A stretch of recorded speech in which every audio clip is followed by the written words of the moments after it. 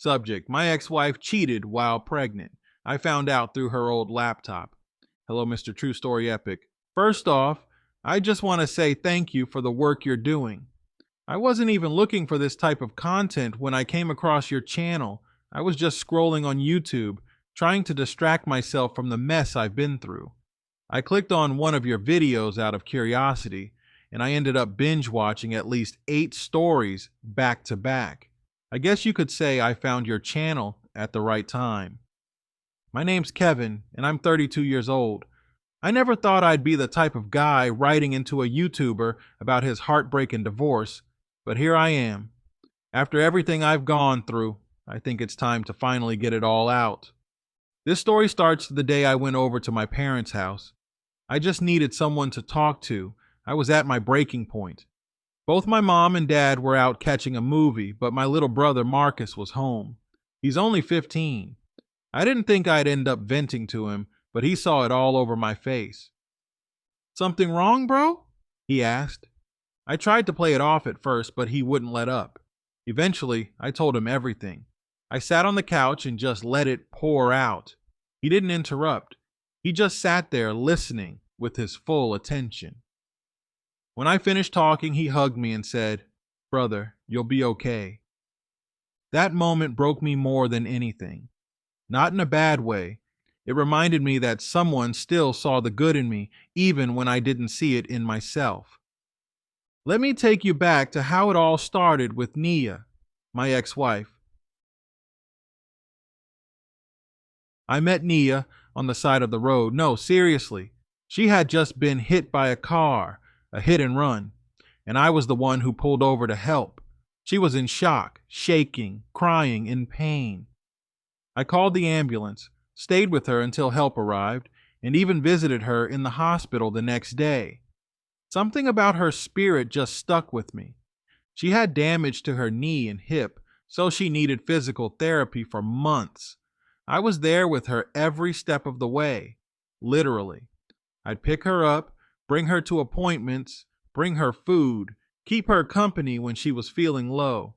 I wasn't doing it for anything in return. I just cared. Her mom, though, she always gave me weird vibes. One time she told Nia to watch out for guys like me because, in her words, men only hang around broken women for a payout. At the time, the insurance company was going after the driver who hit her, and she ended up getting a $14,000 settlement. Nothing crazy, but her mom swore I was only around for the money. I ignored her. I thought Nia and I were in love. She said she wanted to marry me after we'd been together for a year and a half, and I said yes. We threw an engagement party, and right in the middle of it, her mom yelled out, "Make sure you make him sign a prenup." I was shocked. $14,000? I had just finished trade school, was working consistently, and was pulling in over $1.90K a year. Meanwhile, Nia was working part-time at a nail salon. If anyone should have been signing a prenup, it was her. But I let it slide. Again. We got married, and at first, things were good. Great, even.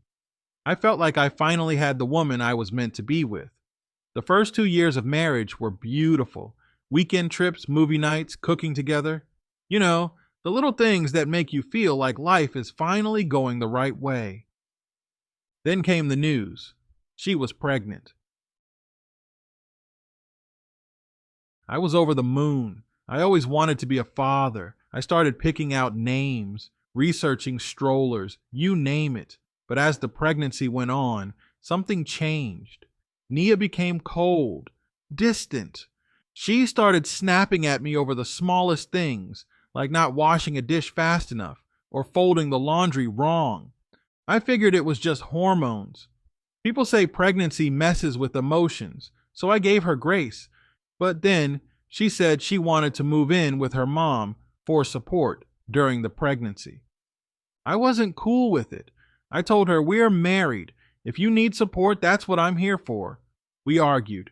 She left anyway. That's when I started getting a bad feeling. Call it intuition. Call it a gut check. Something just didn't feel right.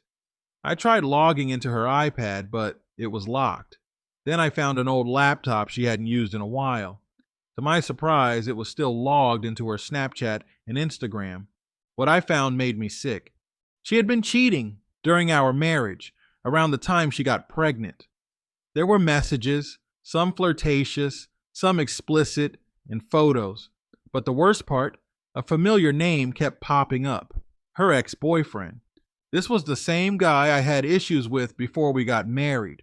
He'd send inappropriate texts late at night, even after I asked her to block him.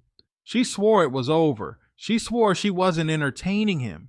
Turns out she was lying to my face the whole time. I kept digging, found her Facebook messages too. From the way they were talking, it was clear. He was likely the father of the baby. I felt like my entire world crashed. The next day, I scheduled a meeting with a divorce attorney. He listened carefully and then hit me with some real advice. He said, "Kevin, don't sign the birth certificate until you get a DNA test. I've seen too many men get trapped into child support for kids that aren't theirs." He even told me a story about a client who signed a certificate just to be kind, only to find out years later the kid wasn't his. The court still made him pay child support because he signed. That scared the hell out of me. I left the office and went straight to Nia's mom's house. I had all the evidence with me. Screenshots, messages, everything. I told Nia, "I know what you've been doing. I saw the messages. I know that baby might not be mine, and we're getting a DNA test." That's when things went left. Her mom came flying out of the house, barefoot, screaming, with a gun in her hand, a real one, loaded. She pointed it at me, yelling that I was harassing her daughter and abusing a pregnant woman. I backed off immediately. I wasn't about to end up on the evening news. That night, I went to my parents' house. That's when Marcus sat with me and told me, "Brother, you'll be okay." I needed to hear that more than I knew. A couple days later, Nia called me crying. She said, "Kevin, I messed up, but that baby is yours. Please don't leave me. I want us to be a family. Why are you doing this?" I told her straight up, "Because you betrayed me. I don't even know who you are anymore." She begged me not to serve her the divorce papers, but it was already in motion. At the court hearing, the judge postponed everything until the baby was born. He ordered a paternity test after the birth, saying Nia wasn't comfortable doing one during the pregnancy. Eventually, the baby came. We did the test. I wasn't the father. I felt relief. I felt pain. I felt disgust. But more than anything, I felt free. The divorce was finalized shortly after. I was done. I thought that would be the end of it. But nope. One evening, I was back at my parents' house again, just relaxing with my mom, having dinner. Knock at the door. It was Nia, holding the baby. She asked if we could talk. I didn't want to, but my mom insisted we at least hear her out. Nia said her ex, the actual father, was now in prison. He got locked up for some robbery or assault charge. I don't even remember. She looked me in the eyes and said, "Kevin, I need you. I need your help. I know the baby's not yours, but he needs a good father, a real one, someone like you." I looked at my mom, then back at her. I said, "You had a real one, and you threw it away. You let a man disrespect our marriage, our vows, and now you want me to play dad for a kid that isn't mine." She said, "I made a mistake." I replied, "You made a series of choices. That's different." My mom chimed in too. She told Nia she'd always care about her, but what she did to me wasn't right. She said, "You broke my son. You broke this family." Nia cried. She begged. She said she'd change. But I was done. I've learned the hard way that love isn't enough. Loyalty matters. Respect matters. And when someone shows you who they are, believe them. I'm not bitter. I'm healing. I'm working. I'm spending more time with my little brother, being a role model to him the way I wish I had when I was younger. I've got peace now. I've got clarity. And thanks to your channel, I've got the reminder that I'm not alone. Thanks for reading my story. If it helps even one man dodge the kind of pain I went through, then it's worth it. Sincerely, update. It's Kevin again. First off, I want to add to my first email. I wasn't sure how it would come across, and to be honest, I hesitated before I hit send. That was the first time I ever really sat down and put everything on paper like that. A part of me felt embarrassed, like I should have seen the red flags earlier, but after sending it, it was like something lifted off me. I felt lighter. And after watching a few more stories on your channel, hearing other guys speak their truth, I don't feel so alone anymore. Anyway, I'm writing again for two reasons. One, to share a love letter Nia sent me not long after everything ended. After the test confirmed the baby wasn't mine. After the divorce was finalized. After she showed up at my parents' house crying with that baby in her arms. Two, to give you a little update on how life's been for me lately. Because while it's been a storm, I've also had some sunshine too.